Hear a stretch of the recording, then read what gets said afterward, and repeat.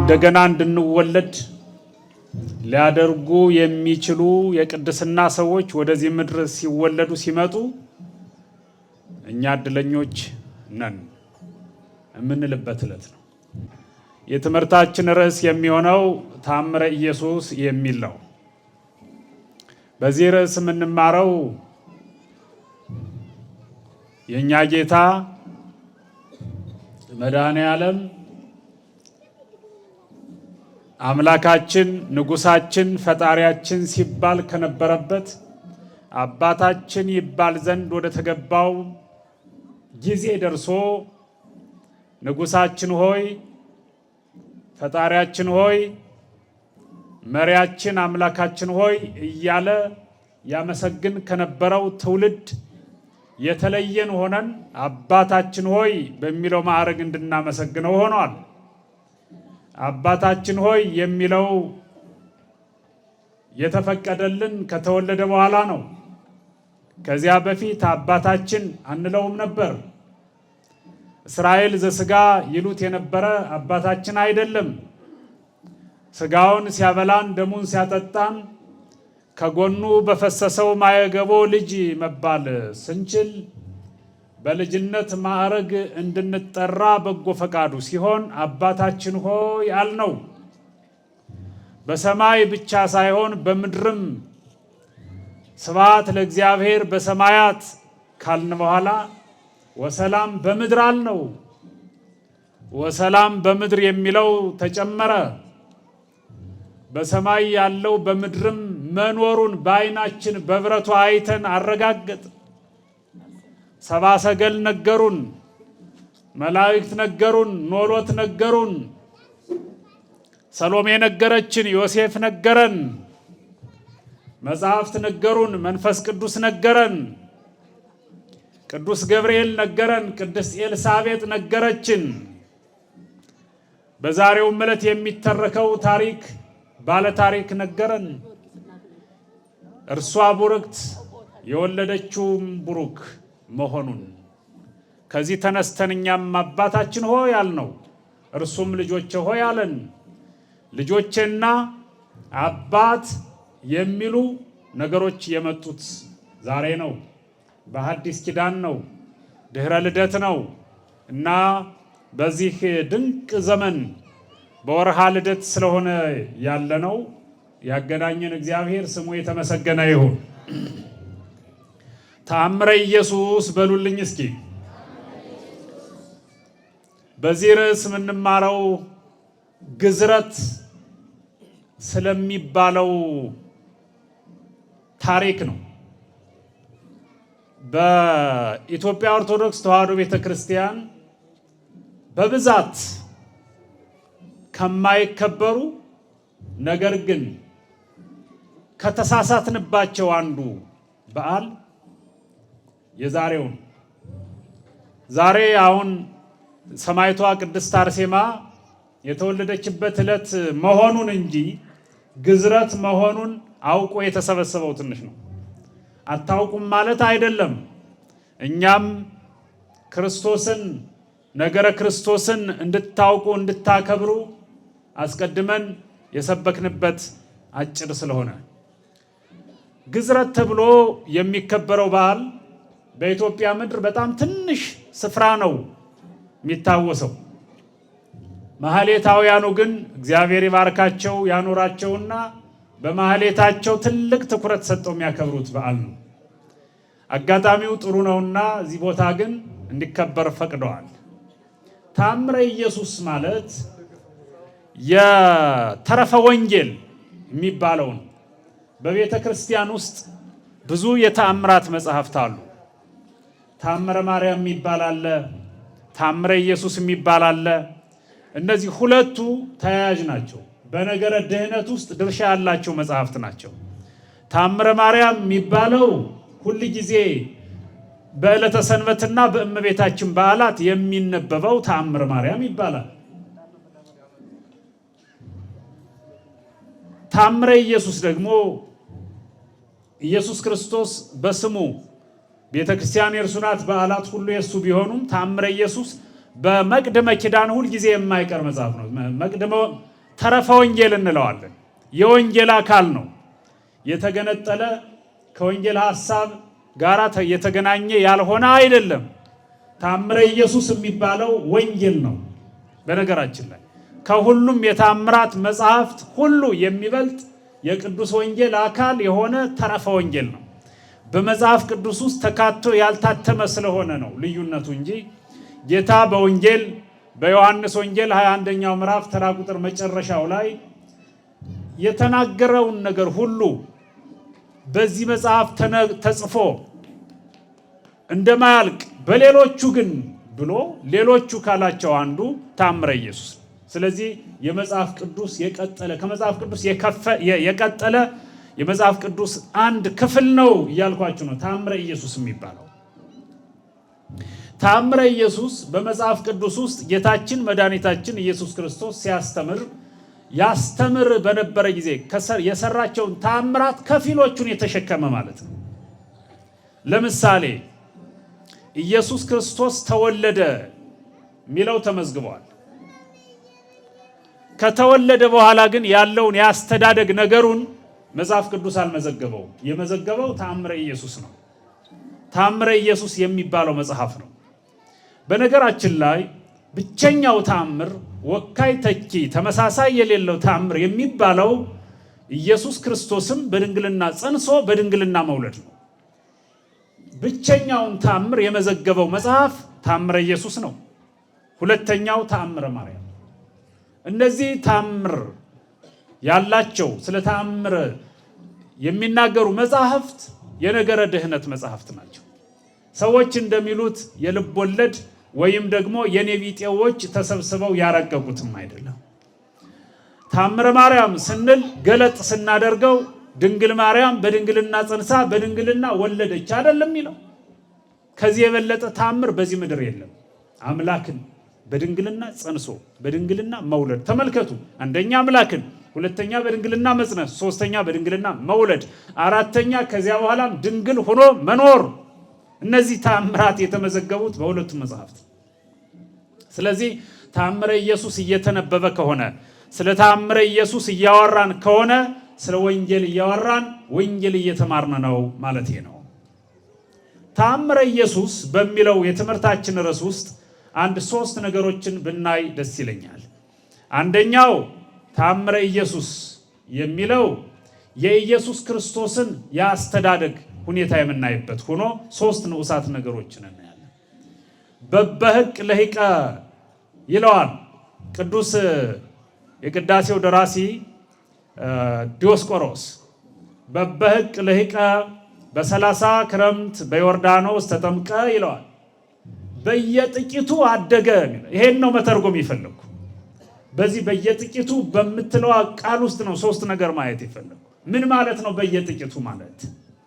በየጥቂቱ ማለት አሳሪው ትርጉም ወይም ዋናው ትርጉም አንጓው ትርጉም እንደ ሰው ማለት ነው። በየጥቂቱ የሚለው ሲተረጎም እንደ ሰው ማለት ነው። ሰዎች ከሚያድጉበት አምላክ ስለሆንኩ ብሎ ፈጥኖ ሳያድግ፣ ሰው አምላክ ነኝ ብሎ ሰዎች ከሚያድጉበት ልዩነት ለመፍጠር ወደኋላ ሳይል ልክ ልጆች ተወልደው ሊያድጉ በሚችሉበት መጠን ማለት ነው። በየጥቂቱ አደገ ማለት እንደዚህ ማለት ነው። በታምር ሳይሆን ያደገው በተፈጥሮ ሕግ ነው ያደገው። ገዘ ሕፃናትን ሳያፋልስ ልጆች ሊያድጉ የሚችሉበትን ተክለ ቁመና ማለት ነው። በአምላክነቱ ልክ አይደለም ከፍ ያለው። ለአምላክማ ምን ቁመቱ የት ይታወቃልና ነው። በሰው ልክ ነው። የ30 ዓመት ወጣት ሆኖ ነው ያየነው። በእናቱ እቅፍ ላይ ሆኖ ነው ያየነው። ይሄንን ነው በየጥቂቱ የሚለው። በየጥቂቱ ከሚባለው የመጀመሪያው መወለድ፣ ከተወለደ በኋላ በጨርቅ መጠቅለል ነው። እኔ አምላክ ነኝ፣ ወርቅ ዘቦ ግምጃ አንጥፉልኝ፣ መላእክት ይምጡና ይጎዝጎዙልኝ፣ ኪሩቤል ይምጡና ይሸከሙኝ ሳይል በበረት ተወለደ። እንደኔ ማለት ነው፣ እንደናንተ ማለት ነው። ዝቅ ብሎ መጣ፣ ተወለደ። የልጆችን የመወለድ ስነ ስርዓት ማፋለስ አልፈለገም። ፍጹም ሰው ነው የምንለውም ለዚህ ነው። ፍጹም አምላክ ነው ምንለውም ለዚህ ነው። እንደ ፍጹም ሰው ሰውነት በበረት ተወለደ፣ በጨርቅ ተጠቀለለ እኛ እንደምንሆነው። ከዚያ ደግሞ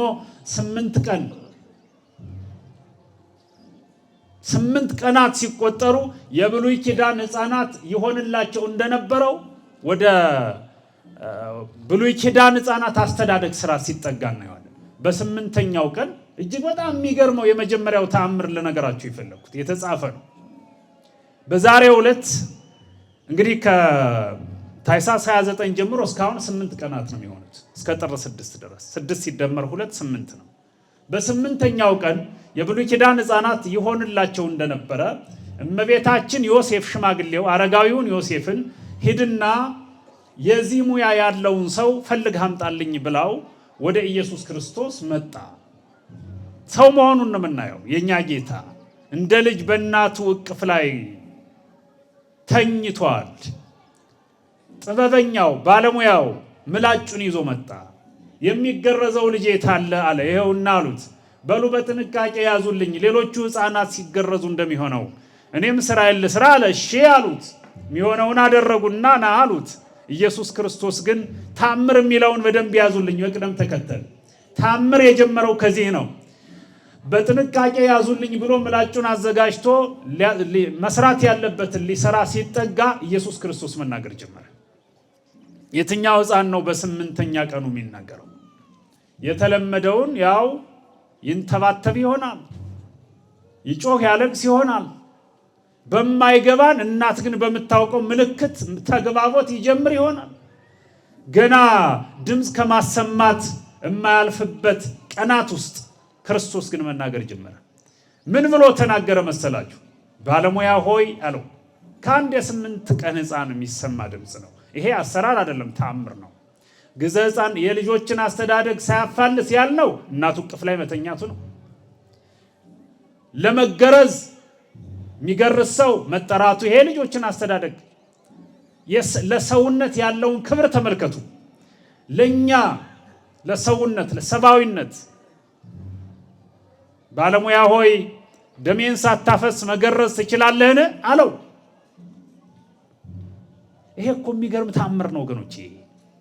በእናቱ እቅፍ ላይ ያለ 8 ቀናት የተቆጠሩለት ልጅ ማንም ሕፃናት ይሄ ባለሙያ ማንንም ሕፃን ገርዞ ይሄዳል። ማንም ሕፃን ከማልቀስ ደሙን ከማፍሰስ ውጭ ምንም ብሎ ያውቅ። የሚገረዙ ሕፃናት በሙሉ በወላጆቻቸው ፈቃድ ብቻ ላይ የተመሰረቱ ናቸው። ወላጆቻቸው ይይዟቸዋል፣ ያስገርዟቸዋል፣ ጨረሱ። ሌላ ምንም ልዩነት የለም። ይሄ ግን ባለሙያ ሆይ የባለሙያውን ሙያ አልናቀም። ባለሙያ ሆይ የባለሙያውን ሙያ አክብሮ ባለሙያውንም ሙያውንም አክብሮ። ልብ በሉ፣ ባለሙያውንም ሙያውንም ያለመናቅ ፍጹም ሰው፣ ደግሞም መናገሩ ፍጹም አምላክ። የተለየ አስተውሎት ነው የሚታየው። ባለሙያ ሆይ ደሜን ሳታፈስ ልትገርዘኝ ትችላለህን ሲለው እንዴ ምን እያለ ነው? ደግሞ ይህ ሕፃን ማን ነው? በእስራኤል መካከል ማህበረሰብ መካከል የተወለዱ ብዙ ሕፃናትን እንደዚህ ስራዬን ሰርቻለሁ፣ ገርጃለሁ፣ ምንም አላሉም ከማልቀስ ከመንፈራገጥ በስተቀር። ይሄ ግን ይለያል አለ። ምስክርነት ጀመረ ማለት ነው። አዎ ደሜን ሳታፈስ መገረዝ ከቻልክ ትችላለህ። የኔ ደም ሊፈስ የሚችለው ከ33 ዓመታት በኋላ በቀራኔው በመስቀል ላይ ነው። የኔ ደም ሊፈስ የሚችለው አንድ ጊዜ ብቻ ነው። ጎኔ በጦር እጆቼ በችንካር ሲቸነከሩ ብቻ ነው። እነዚህም አካላት እነዚህ አካል ላይ የሚወጋው መውጋት የሚያወጣው ደምም ዓለምን ይቀድሳል። ስጋ የሚቆረስ ደም የሚፈስ በዕለተ ዓርብ ብቻ ነው። አንተ ግን ደሜን ሳታፈስ መገረዝ ከቻልክ ሞክራለሁ። ነፃነት ሰጠው። እንዴ በሉ እንደዚህ አይነት ሕፃን ገጥሞኛ አያውቅም። ይገርማል፣ ይደንቃል አለ። ቀደም ሲል ቅዱስ ገብርኤል ቀጥሎም ኤልሳቤጥ የተናገረችውን ነገር መናገር ጀመረ። ባለሙያው ገርሞት አንቺ የተባረክሽ ነሽ፣ የወለድሽውም ልጅ የተባረከ ነው አለ። ቅዱስ ገብርኤል አንቺ የተባረክሽ አንቺም ቡርክት የማህፀንሽን ፍሬ የተባረከ ነው ነበር ገና ሳይወለድ። ኤልሳቤጥም ክርስቶስ በማፀን ውስጥ እያለ አንቺ የተባረክሽ የማፀንሽን ፍሬ የተባረከ ነበር ያለችው። ይሄኛው ባለሙያ ግን አንቺ የተባረክሽ የወለድሽውም ልጅ የተባረከ ነው። የተወለደው ቅዱስ ገብርኤል የተባረከ ያለው ኤልሳቤጥም የተባረከ ያለችው መሆኑን መሰከረ። አንቺ ቡርክት የወለድሽውም ልጅ የተባረከ ነው እኮ። እንዴት እንደዚህ ይናገራል? ምን እያለ መሆኑን ሊገባኝ አልቻለም። በሉ ይዤው የመጣውን ነገር በክብር ይዤ ልመለስ። ምላጩን አስተጋብቶ ሰብሰብ አድርጎ ሊመለስ ሲል ቆይ አለው። ፈቅጄልሃለሁ፣ መገረዝ ትችላለህ። ይሄ አስቸጋሪ ሕፃን ነው ወገኖቼ። አስቸጋሪ የሚለው ታምር ማለት ነው። ታምር ማለት አስቸጋሪ ነገር ማለት ነው። ታምር ማለት ከአይምሮ በላይ የሆነ ከመደበኛው የአሰራር ቀመር የወጣ ድርጊት ማለት ነው። እንዴ ምንድን ነው ነገሩ? ደም ሳይፈስ ስጋ ሳይቆረስ እንዴት አድርጌ መስራት እችላለሁ አለው። እና ዝም ብለህ ስራ። ሊሰራ ተዘጋጅቶ ታጥቆ ቀረብ ሲል ምላጩ እጁ ላይ እንደ ሰም ቀለጠበት። ችግር እኮ ነው። ሲሄድ ችግር፣ ሲመጣ ችግር። ታምር ይሏቸዋል። የነገረ ክርስቶስ ነው። ታምረ ኢየሱስ ያልኳችሁ ለዚህ ነው። የሚገርም ታምር እኮ ነው። ሊሄድ ሲል ና፣ ሲመጣ አይሆንም። ቅርጽ እያስያዘው ነው። ነገረ መለኮት ነው ይሄ። ነገረ ክርስቶስ ነው ይሄ። ታምረ ኢየሱስ ይሏችኋል። ይሄ ነው። ቀረብ ብሎ እሺ ብሎ ምላጩን አዘጋጅቶ ሌሎቹ ላይ ሊያደርግ የነበረውን ሊያደርግ ሲሞክር እጁ ላይ ምላጩ ውሃ ሆነበት። እጁ ላይ ምላጩ ውሃ ሲሆን ኢየሱስ ክርስቶስ ደግሞ ባለበት ደሙ ሳይፈስ ስጋው ሳይቆረስ ተገርዟል። ተመልከት፣ ያለምንም ንክኪ አልተገረዘም እንዳይባል ግዘ ሕፃናትን አፋልሷል እንል ነበረ። ልጆች እኮ በዚያ ዘመን የነበሩ ልጆች ይገረዛሉ። ይሄ አልተገረዘም፣ ይሄ የብሉይ ኪዳንን ስርዓት አላከበረም፣ ይሄ እኮ ሰው አልሆነም ይሉን ነበረ። ሰው ፍጹም ሰው ነው የምንለውም ለዚህ ነው። ተገርዟል ግን ምላጭ አልነካውም። ተገርዟል ለመገረዝ ግን ፈቃደኛ ነው። ተገርዟል ከሌሎቹ ልጆች ግን ይለያል። ለምን? ፍጹም አምላክ ነው። ሌሎች ልጆች እኮ ፍጹም ሰው ብቻ ናቸው እኔን ጨምሮ። እሱ ግን ፍጹም ሰው ነው፣ ፍጹም አምላክ ነው። እንደ ፍጹም ሰውነቱ ለመገረዝ ፈቃደኛ ነው። እንደ ፍጹም አምላክነቱ የትኛው ምላጭ ነው ክርስቶስን ጠጋ ብሎ ሊገርዝ የሚችለው? እሳት ነዋ።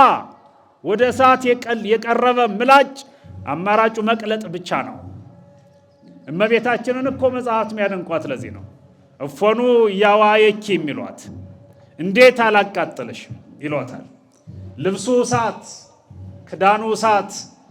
እፎኑ ያዋየኪ ወሰባቱ መንጦላዕት ዘነደ እሳት አይቴኑ ተደለወ ወአይቴኑ ተተክለ አይደለም የሚለው። ልብሱ እሳት፣ ሁሉ ነገሩ እሳት። በማህፀንሽ በየትኛው ክፍል ነው የተስተናገደው? እንዴት ቻልሽው? አዎ ይላታል መጽሐፍ፣ ያደንቃታል እመቤቴ። እጹብ ድንቅ ይላታል ማርያምን። ይሄም የሆነው እንደዚያ ነው። ቀረብ ሲል ምላጩ ውሃ ኢየሱስ ክርስቶስ ላይ መሆን የነበረበት ግን ሆነ። ገርሞት ደንቆት እንደዚህ አይነት ሕፃን አግኝቼ ገጥሞኝ አያውቅም። የሆነ ሆኖ እሱም ተገርዟል፣ እኔም እንደገረሱ ትቆጥረዋለሁ። የሆነው ግን ከልጆች ይለያል። ደግሞ አንቺ የተባረክሽ የወለድሽውም የተባረከ ነው እያለ እየዘመረ ወደ ቤቱ ሄደላችኋለሁ። ቁጥር 1 ዝማሬ ዛሬ ታምር የሚከበርበትን በዓሉ ይሄ ነው። እንደዚህ አይነት ታምር የተፈጸመበት ዕለት ነው ወገኖቼ።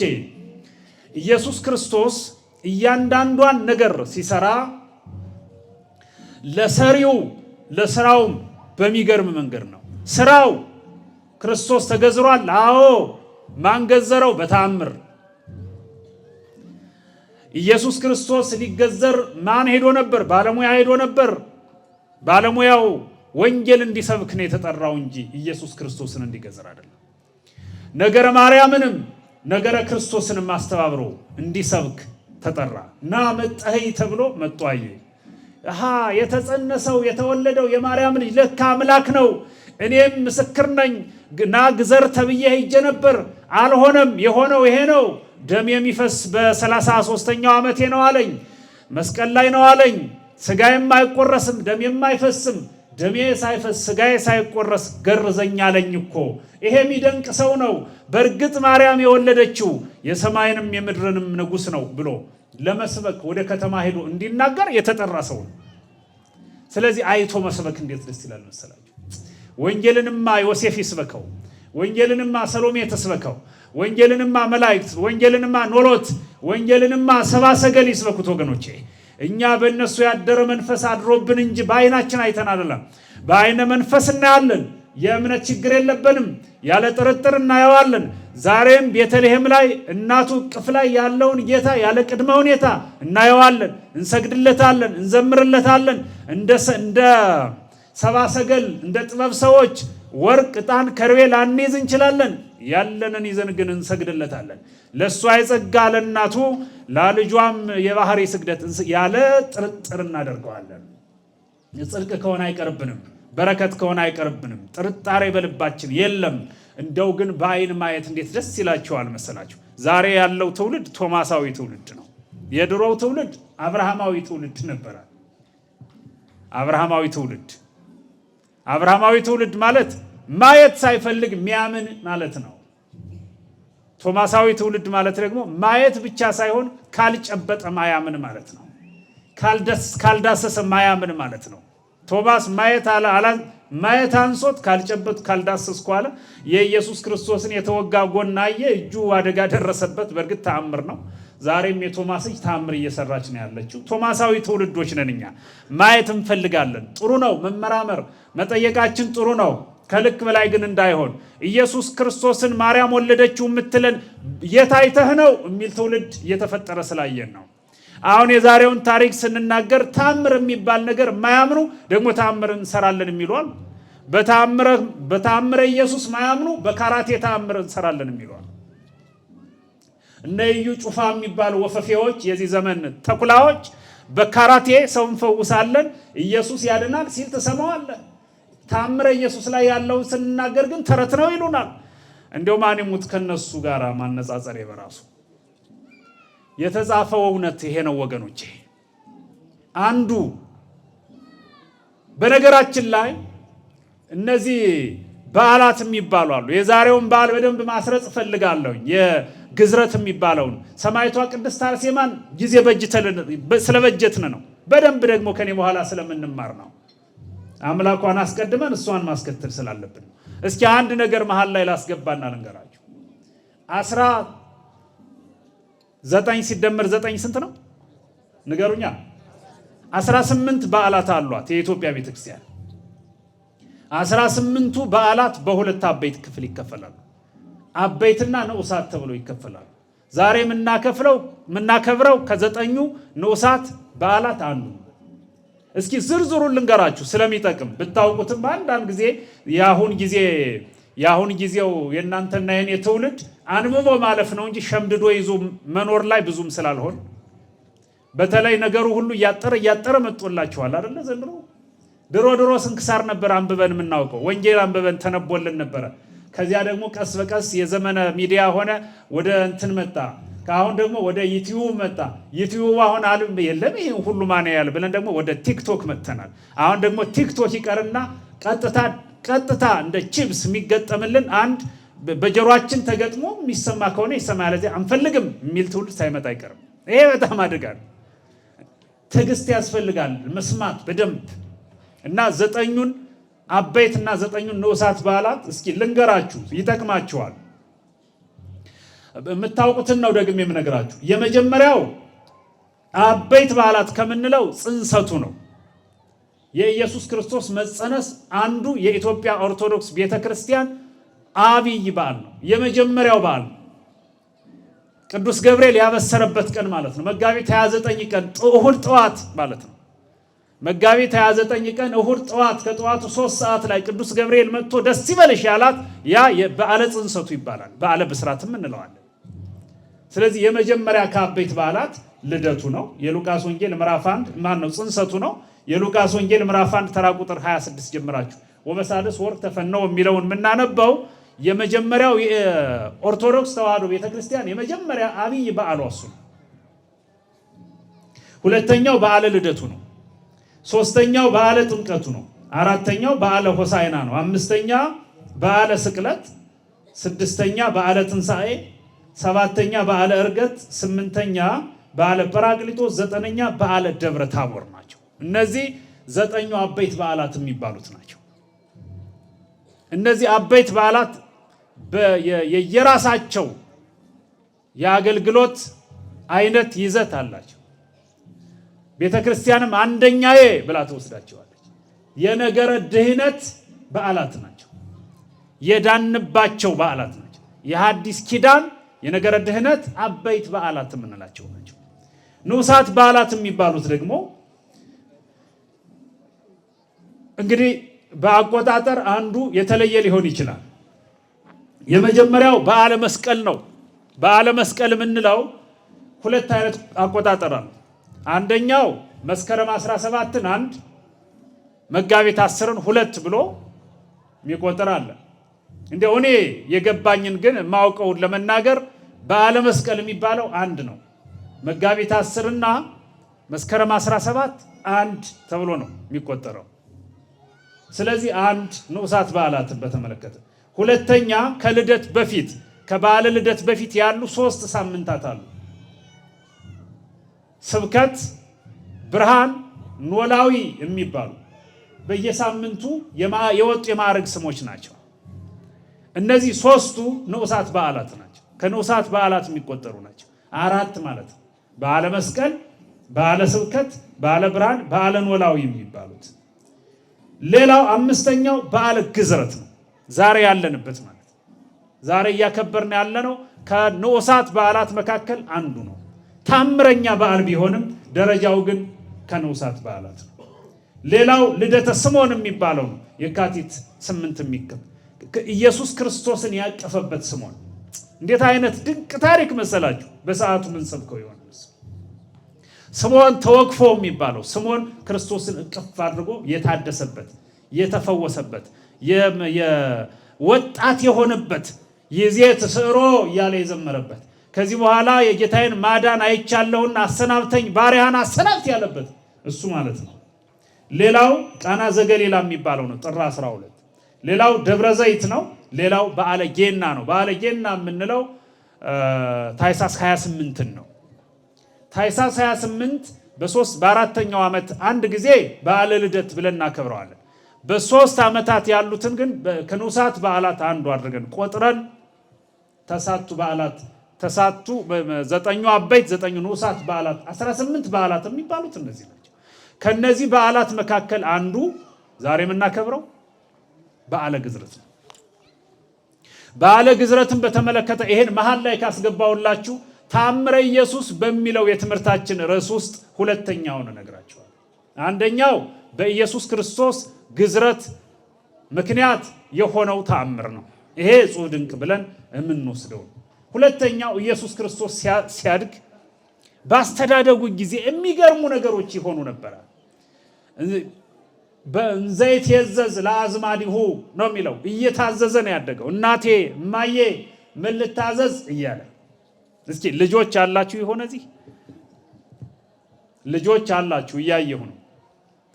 እማዬ በሉ እስኪ። ከ15 ዓመት በታች ያላችሁ ልጆች ካላችሁ እድሜያችሁን ታውቁት የለ። እማዬ በሉ እስኪ ልስማችሁ። መኖራችሁንም በዚያው ልወቅ። እማዬ በሉ እስኪ። በቃ ልጆች የሉም ማለት ነው። እማዬ በሏ። ኧረ የሉ። እሺ ወላጆች ልጆቼ በሉ እስኪ። አየህ እናንተ ብቻ ነው የመጣችሁት። ይሄን ይዘሽ መጣሽ ቢሆን እማዬ ትባይ ነበር። ቀረብሽ።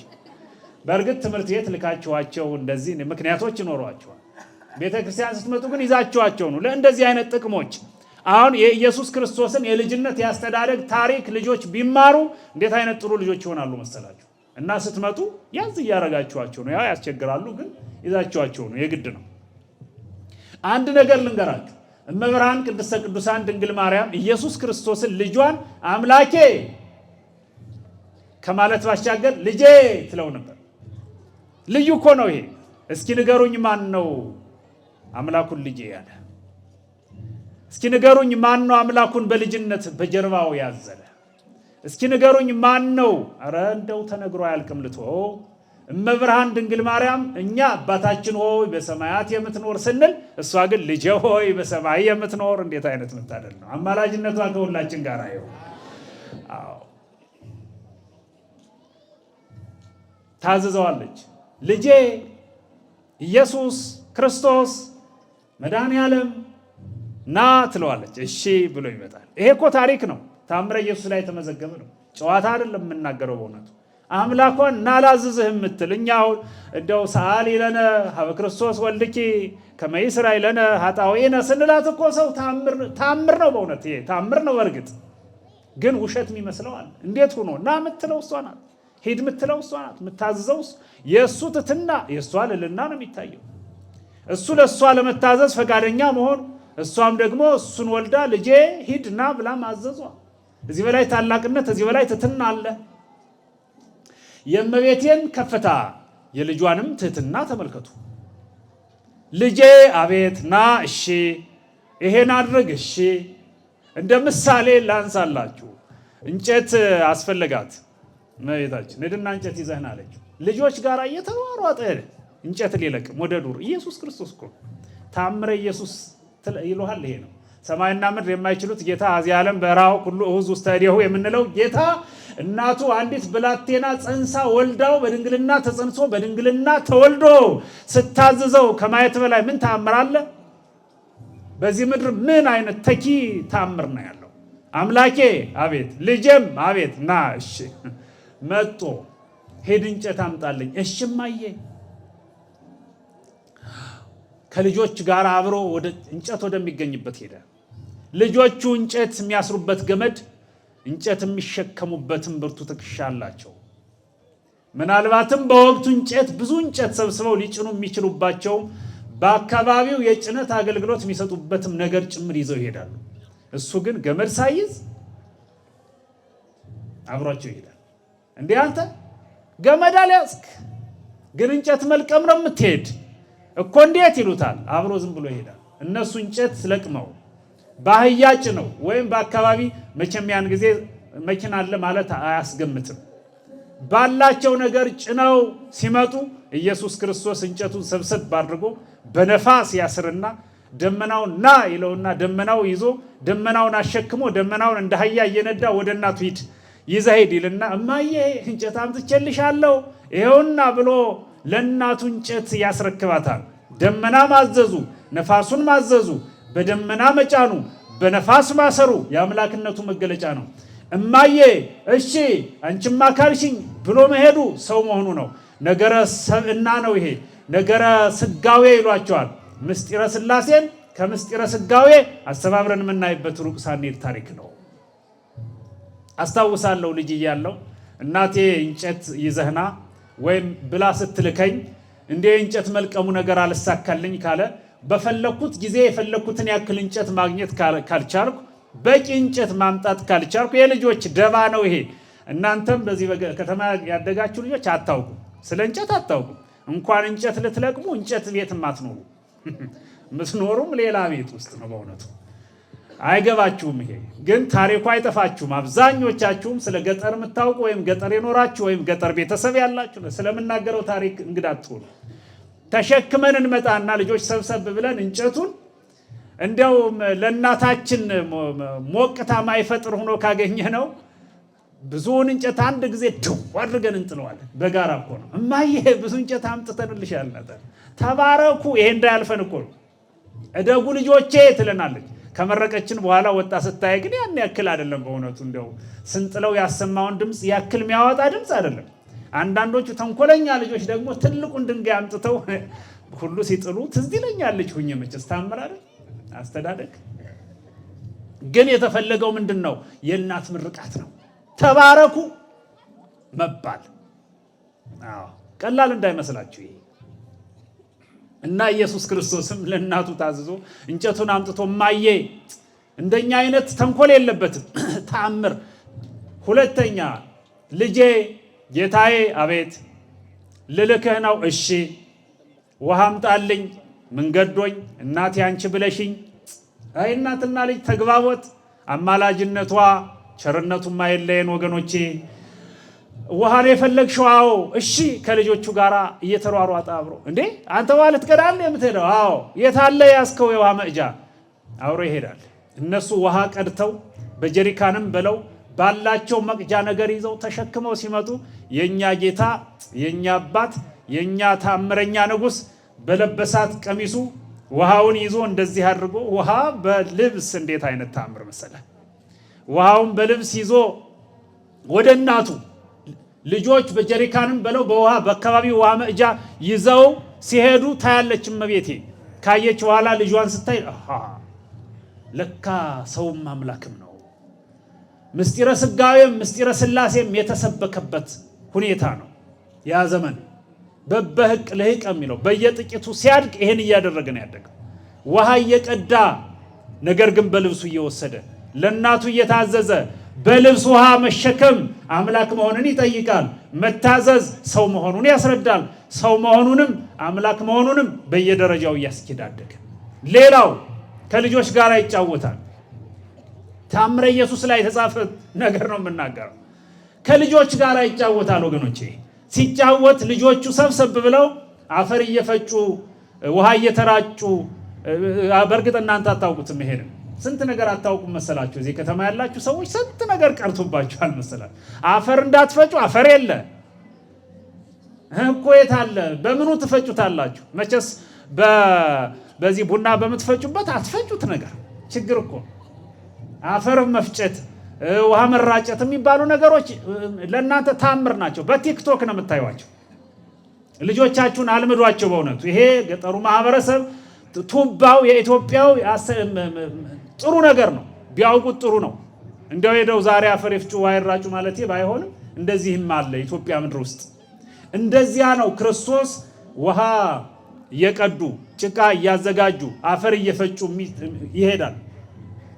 አፈር ፈጭተው ጭቃ አብኩተው ወፍ ይሰራሉ ልጆች፣ የወፍ ዲዛይን ይሰራሉ። እሱም አብሮ የወፍ ዲዛይን ይሰራል። እየሰማችሁ የወፍ ዲዛይን ይሰራል መድኃኔዓለም። ትናንት እኛን ያበጃጁ እጆቹ የማርያም ልጅ ሆኖም እየሰሩ ናቸው። ኦ አይዳው ለለሃኳሁ ለአዳም ተቀነዋ በቅነዋ ተመስቀል ይለዋል በቅዳሴ ድርሰቱ። አዳምን ያበጃጁ እጆች በመስቀል ላይ በችንካር ተቸነከሩ ይለዋል። አሁንም ደግሞ ይሄ ተአምር ነው። ትናንት በአምላክና በነገረ ሥላሴ ታሪክ የምናውቀው እኛን የፈጠሩ እጆች ዛሬም ከማርያም ከተወለደ በኋላ ሥጋ ለብሶ እርሱ አምላክ መሆኑን ፍጹም አምላክ መሆኑን ከምንረዳባቸው አንዱ እጆቹ እንደኛ ጭቃ አብክተው የወፍ ዲዛይን ይሰራሉ። ትናንት የሰውን ልጅ ከአፈር ያበጃጁ እጆች ዛሬም የወፍ ዲዛይን ሲሰሩ አብሮ እስከ ወፍ ዲዛይን እስከ መስራት አብሮ ይሰራል። ከዚያ በኋላ ልጆች የወፍ ዲዛይን ይሰራሉ እንጂ በቃቸው። ከዚያ በኋላ ወፍ አስመስለን ሰራን በቃቸው። ኢየሱስ ክርስቶስ ግን ወፍ አስመስሎ የሰራውን ጭቃ ሲለው ኦሪጂናል ወፍ ይሆናል። እየበረሩ ወደ የገዳማቱ ወደ የዛፎቹ ብር ብር እያሉ ሲሄዱ ልጅ እንዴ እኮ ማን ነው ይሄ ማርያም ልጅ አይደል? እዚህ ሰፈር እኛ የምናውቀው አብሮን ያደገ እንዴት ከኛ ይበልጣል ብለው አንዳንዶቹ ይናደዳሉ፣ አንዳንዶቹ ይገርማቸዋል። ይሄ ከኛ ይለያል ይላሉ። እውነት ነው። ይሄ ከኛ ይለያል ማለት ይሄ የኛ አምላክ ነው ማለታቸው ነው። በሕፃናት አእምሮ ሁሉ እየተሳለን ያደገው ነገር አምላክ ነው። እንደዚህ ሆኖ ሲያዩት አንዳንዶቹ የለም ላለማነስ የማይገባ ውድድር አለ፣ የማይገባ እህል የማናት አንድ እናት ይባላል አይደለም፣ በህልሟ እንደው አለቻሉ ካህኑን ሄዳ አባዬ ዛሬ በህልሜ የሚገርም ነገር አየሁ። እርስዎ ማዕጠንት ይዘው እኔ ታቦቱን ተሸክሜ እንደው ይገርመዎታል በመቅደሱ ስንንጎራደድ እኮ በህልሜ አየሁ አለቻሉ። ኧረ ልጄ እንከባበር፣ በአቅምሽ ብታለሚ አይሻለም፣ ባይሆን ጽናውን ብትይዣ አይሻለም አሏት አሉ። ያለ ደረጃ ማለም ማለት ነው። ልጆች ወፍ የሚመስል ዲዛይን እስከ መስራት ነው የሰው መሆን ደረጃው። የአምላክነት ደረጃ ግን ወፍ የሚመስለውን ዲዛይን ወፍ ማድረግ መቻል ነው። ወፍ የሚመስለውን ዲዛይን በውስጡ ደማዊት ነፍስ እንድትኖር ማድረግ አምላክ መሆንን ይጠይቃል። ከዚህ በኋላ እፍ ሲላቸው አዕዋፍ እየሆኑ ሲሄዱ ደማዊት ነፍስ እየተጨመረችላቸው ሲሄዱ ልጆች አዩና እንደ እፍ በማለትማ ምን ችግር አለው እኛ ስፍን እንደ ብለው ጉረሯቸው እስኪሰነጠቅ ድረስ መታከት እኮ ነው። የማይሆን ውድድር ውስጥ መግባት ልክ አይደለም። ይኸውላችሁ በሃይማኖት ዓለም ውስጥ በታምራት ዓለም ውስጥ የሚደረገውን ነገር በመደበኛው አትሞክሩት። ታምርና አሰራር መለየት ያስፈልጋል። ይሄ በታምር ነው እንጂ በአሰራር አይደለም። የወፍ ዲዛይነር መሆን ስጋዊት ደማዊት ነፍስን መጨመር አይቻልም። የሚያስችል አይደለም። ይሄ ለእግዚአብሔር ነው፣ ይሄ የኔ ነው ማለት ነው። እማንችለው ነገር ላይ ፊት ማለት ልክ አይደለም። ይሄን አንቺ ታውቂያለሽ ቅድስት አርሴማ፣ ይሄን መድኃኒቴ አንተ ታውቃለህ፣ እናቴ ድንግል ማርያም፣ ይሄን እናንተ እኔ የምችለውን ብሎ የሚችሉትን አልዓዛር በተቀበረ ጊዜ ታስታውሳላችሁ። በሉ እናንተ መግነዙን ፍቱለት፣ ድንጋዩን አንሱለት አላቸው ክርስቶስ መጥቶ። የተበተብከውን መግነዝ መፍታት ትችላለህ፣ የቆለልኸውን ድንጋይ ማፈራረስ ትችላለህ፣ ነፍስን ከስጋ ማዋሃድ ግን የኔ ስራ ነው አለና አልዓዛር ከነበረበት እስከ መግነዙ ሲያወጡ አልዓዛር አለው ጌታ፣ ነፍሱን ወደ ስጋው መላክ የጌታ ድርሻ ነው። መቀላቀል አቅማችን ማወቅ አለብን። እውነቴን ነው የምነግራችሁ። አንዳንድ ጊዜ ብዙ ያጣናቸው ነገሮች አሉ፣ የምናጣቸው ነገሮችም አሉ። ማምጣት ያለብን የኛን በእኛ የጌታን ደግሞ ለጌታ በመተው አንቀላቅል።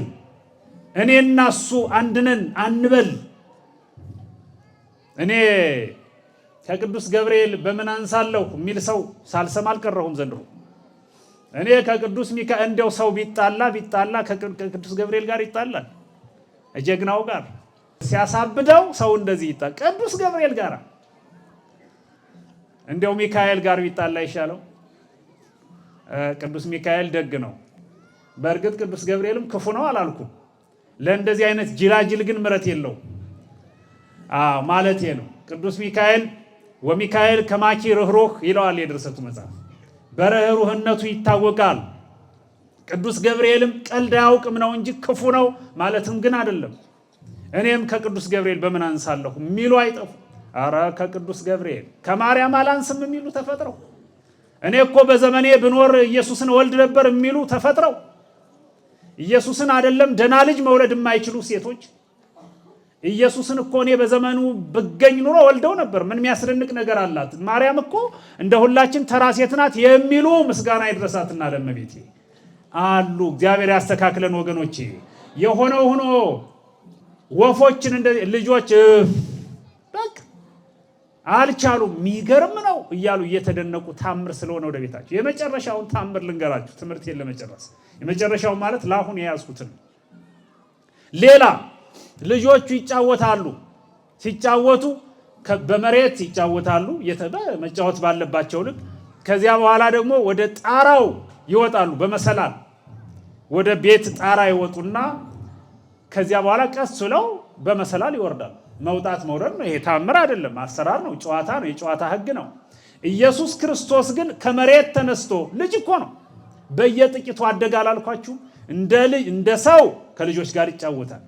እንደ አምላክነቱ ግን በመሰላል ሳይሆን ፀሐይን ያዝዝና አይጋረ ፀሐይን እንደ መሰላል ዘርግቶ ከቤቱ እስከ ቤት እስከ መሬት ድረስ የፀሐይን ጨረር መሰላል ያደርግና አፈፍ ብሎ ይወጣል። ብለው ልጆቹ ይገርማቸዋል። እንዴት ነው ይሄ ልጅ? እድሜው እንደኛ ነው፣ ሰው ነው፣ የማርያም ልጅ ነው።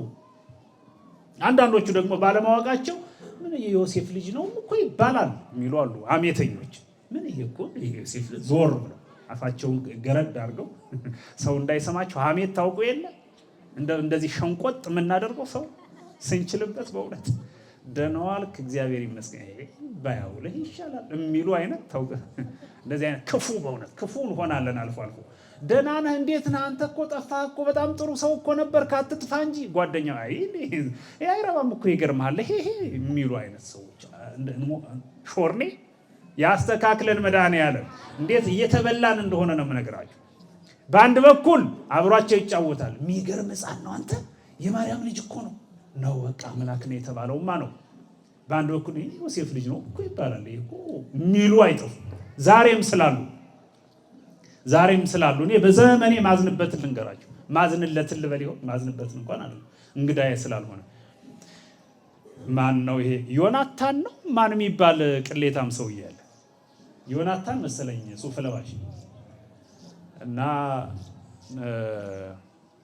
እነሷ እዩ ጩፋ የሚባሉ ሰዎች ማርያም ከዮሴፍ ከኢየሱስ በኋላ ሌላ ልጆች ወልዳለች ሲሉ አልሰማችሁ? የዚህ የማህበራዊ ሚዲያ ሰዎች ታውቁታላችሁ። እንደው የኔ ያክል ከመሞት በቁም ከመሞት በላይ ሞት አለ ወገኖች። የሞት ሞት እኮ ነው። እንዴት ነው ማርያም ከኢየሱስ ክርስቶስ በኋላ በፊት ልጅ የሚኖራት? ሌላ ልጅ እኮ እንዲኖራት ካስፈለገ ሊኖራት ይችል ነበረ። እንደኛ እንደ ማንኛውም ሴት ብትሆን ኑሮ እንደ ማንኛውም ሴት አይደለችማ። ከማንኛውም ሴቶች በላይ ብቻ ሳይሆን የተለየች ናታ። እንዴት ሌላ ልጅ ይኖራታል?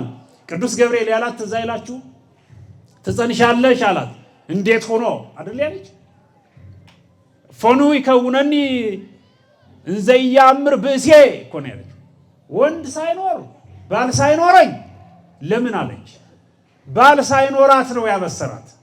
ከዚያ በኋላ ባል ለወደፊትም ሊኖረኝ ስለማይችል ማለቷችን እንዴት ሊሆን ይችላል? ዛሬም እንደዚያ ለወደፊትም ባል አይኖረኝም፣ አሁንም ባል የለኝም። እንዴት ሊሆን ይችላል? ለምን አለች? እና ምን ያንተ መምጣት ምን አስፈለገ? ባል ከሆነ ዮሴፍ አለኝ፣ ስለዚህ ልጅ እወልዳለሁ። ከባል መውለድ እኮ ያንተን መምጣት አያካትትም። ቅዱስ ገብርኤል ምን አደከመህ ትለው ነበር እኮ። ባል ስለሌላት ለወደፊትም ስለማይኖራት እፎኑ ይከውነኒ ዝንቱ አለች። ይሄ እንዴት ሊሆን ይችላል ነው ያለችው። እና እኮ እንዴት ልጅ ሊኖራት ይችላል? ልጅማ ሊኖራት የሚችል ሴት ብትሆን ኑሮ ቅዱስ ገብርኤል ምን አመጣው ነው እያልኳለሁ። አሁንም ጠቡ ከቅዱስ ገብርኤል ጋር ነው። እመቤታችን ድንግል ማርያም ሌላ የወለደቻቸው በስጋ ልጆች አሏት የሚሉ ሰዎች ንገሩልኝ። ጠባችሁ ከቅዱስ ገብርኤል ጋር ነው በሏቸው። ምናልባት እኛን ለማስቆጣት፣ እኛን ለማናደን፣ እኛን ለማብሸቅ እንደው ዝም ብሎ ከበሮንም ጸናጽሉንም ምኑንም የሚባለውን ይዘው እነዚህ እነ ትዝታው የሚባሉ ያልታደሉ ሰዎች ድሮ ቄስ ነበርን አሁን እንደዚህ ነን የሚሉ። በነገራችሁ ላይ ቄስ ነበርኩ ግን ጴንጤ ነኝ የሚል ሰው ካለ አትስሙ። ቄስ ጴንጤ አይሆንም። 100% ነግራችሁ። ቄስ ከነበረ ጴንጤ አይሆንም። ወይ ቄስ አልነበረም ማለት ነው። መጀመሪያውኑ አልነበረም ማለት ነው። እስኪ እንዲሁ ማን ይሙት አሁን እኔ እንዴት ጴንጤ ይሆናል? ሞት አይሻልም ወይ? ሞት ክብር አይሆንም ወይ? እንዴት እመቤቴ ሌላ ልጅ አላት እላለሁ? እንዴት እመቤቴ አታማልድም እላለሁ? እንዴት ጴንጤ እሆናለሁ? ለምን ቤተ ክርስቲያን ውስጥ እንኳን እኔ መስቀሉን ጨብጬ ካህነት ተብዬ መምህርነት ተብዬ እስኪ እንደው በሞቴ አሁን መጋቤ ሀብታት እንደው በየትኛው ታምር ለምን የቤተ ክርስቲያኗን ጡታ ጠብተን ነው ያደግነው? እንዴት ሆኖ ጥፍጥናው ይለየን ወገኖቼ? ግን ትላንትም ውስጥ ስላልነበሩ ዛሬም እዚያ ሄደው ነበርን። ታቦቱ እንዲህ ነው፣ ጽላቱ እንዲህ ነው የሚባል አንድ ቃላዋዲ የሚባል የዩቲዩብ ቻናል አለ፣ የቴሌቪዥን ቻናል አሰግድ የሚባል ወፈፍ የሚመራው ማለት ነው። ይሄ የምናገረው ቃላት ሆን ብዬ ነው፣ በስህተት አይደለም የምናገረው። ቅዳሴ እንቀድሳለን ብለው ልብስ ለብሰው ገብተው አየኋቸው። አይታችሁ እኮ ግን ቅዳሴው ምን ዋጋ አለው? ሰውየው እንዳለው ሰዎች ካህናቱን የማይወዱ ካህናትን የሚንቁ ሰዎች ሰብሰብ ብለው ምን እኔ ቄስ ገሌ በምን አንሳለሁ? እሱም እዚህ ነው የሚውል፣ እሱም እንደዚህ ነው ብለው ቄስና ምዕመናን አብረን ስንውል ትንሽ እንደፋፈራለን መሰለኝ። እና ያው ካህን አብሮ ሲበላ አብሮ ሲጠጣ አብሮ ሲውል ካህንነቱን የሚረሱ ምዕመናን አይጠፉም። እንደዚህ በመለማመድ ክብረ ክህነት ዝቅ የሚልባቸው ምዕመን እንዳትሆኑ። የቄስ ልጅ እግዚአብሔር አጎቱ ይመስለዋል ይባል የለ? መቅደስ ውስጥ ነው የሚውል ቄሱ የጌታ ወንድም መስሎት፣ እሱ ደግሞ ጌታ እኮ የኔ አጎት ነው ሳይል አይቀርም ይባላል። ያው አልፎ ነው የኔ ልጅ እንደዚህ አይደል፣ አልፎ ነው፣ ሐሜት ነው። እና በመለማመድ የሚመጡ ነገሮች አሉ። ቅዳሴን የሚንቁ ቄሶችንም የሚያቀሉ ሰዎች ቅዳሴ ገቡ። ከዚያ በኋላ እንደው የሚሆነውንም አይሆነው ምን የሚሆን ነገር አለ? ቤተ መቅደሱን ብልሽት ሲያደርጉት ቆይተው ወጡ። የሆነ ቦታ አረፋሉና ጉድ እኮ ነው ቅዳሴው እኮ ተቀደሰ ይላሉ። ደግሞ ራሳቸውን እያደነቁ እኮ ነው ቅዳሴውን እኮ አሳምረን ቀደስ ነው አይደል? ከነቄስ ገሌ እኮ እናንስም አይደል እያሉ አስተያየት ግምገማ በሉት። ከዚያ አንዱ ተነስቶ አይ ጥሩ ነው ቀደስ ነው በእውነቱ ግን አሃዱን እኮ ረስተናታል አላሉ። አሃዱ ካላለ አልተቀደሰም ማለት እንደዚህ አይነት በእውነቱ በየቴሌቪዥን ጣቢያዎቻችን በየማህበራዊ ድረገጽ አናየው የለም። መስቀል ይዘው ልብሰ ቅዳሴ ለብሰው ጽና ይዘው እንቀድሳለን የሚሉ ማይካችን ጨብጠው ካባችን ለብሰው ሻሻችን ጠምጥመው የቤተ ክርስቲያን ያልሆነውን የሚያራምዱ ሰዎች እመቤታችን ሌላ ልጅ አላት ሲሉ ስንሰማ እየከፋን መጣ። እያዘንላቸው ነው። እኛ ግን እውነቱን ስለያዝን ምንም ቅር የሚለን ነገር የለም። እብዱ ሲጠመቅ ወደ መደበኛው አስተሳሰብ ይመጣል፣ ይስተካከላል። ነገሩ ግን ይሄን የሚመስልም ነገር አለ ነው። የተከበራችሁና የተወደዳችሁ ወገኖች እንደዚህ ሆኖ ኢየሱስ ክርስቶስ ወደ ጣራ ወጥቶ ከጣራ ይመለሳል። ከዚያ በኋላ ልጆች ይሄን አደረግን ብለው ከጣራ በመሰላል ወደ ጣራ ይወጡና መሰላሉን አንሳው እኔም እንደ ኢየሱስ ክርስቶስ እንዲሁ ነው የምወርድ ብለው ሲሉ የወረዱ መፈጥፈጥ ጀመሩ። እየወረዱ መፈጥፈጥ ያለ አቅም መሆኗ አቅምን ማወቅ ጥሩ። ከዚያ በኋላ ከመሬት ተፈጥፍጠው እንደዚያ ሲወድቁ